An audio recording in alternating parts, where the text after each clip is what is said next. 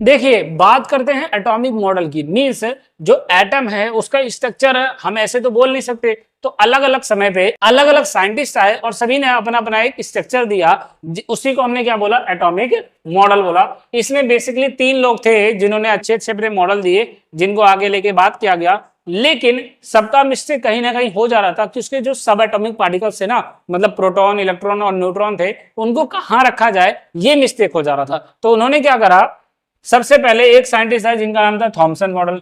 एक थॉमसन का मॉडल है, एक रदरफोर्ड का मॉडल है और एक बोर का मॉडल है। तो ये 3 मॉडल है और तीनों के मॉडल को चलो डिस्कस करते हैं और देखते हैं कि तीनों का मॉडल क्या क्या था।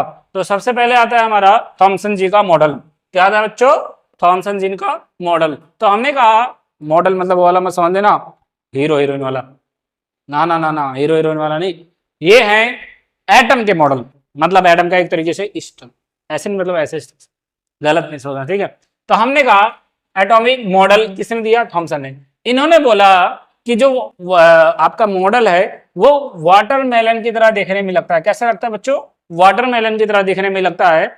और जैसे सीड होता है ना वाटरमेलन में, अगर आप लोगों ने खाया हो वाटर मतलब मेलन मतलब तरबूज, तो तरबूज जब खाओगे तो देखोगे वो पूरा लाल लाल होता है तरबूज, और उसके अंदर बीज होते हैं ब्लैक ब्लैक कलर के। तो उसने बोला, थॉमसन ने बोला मतलब कि जो बीज हैं, वो जो धसे धसे बीज हैं किसके अंदर, वाटरमेलन के अंदर, वो आपके नेगेटिव होंगे। क्या होंगे? वो नेगेटिव चार्ज होंगे। और लेकिन जो आपका पूरा रेड कलर वाला होगा उसको हम पॉजिटिव बोलेंगे। तो हमने कहा पॉजिटिव चार्ज कौन सा आया? ये पूरा रेड वाला आया, ठीक है। और जो ब्लैक वाले थे वो सारे कैसे आएंगे?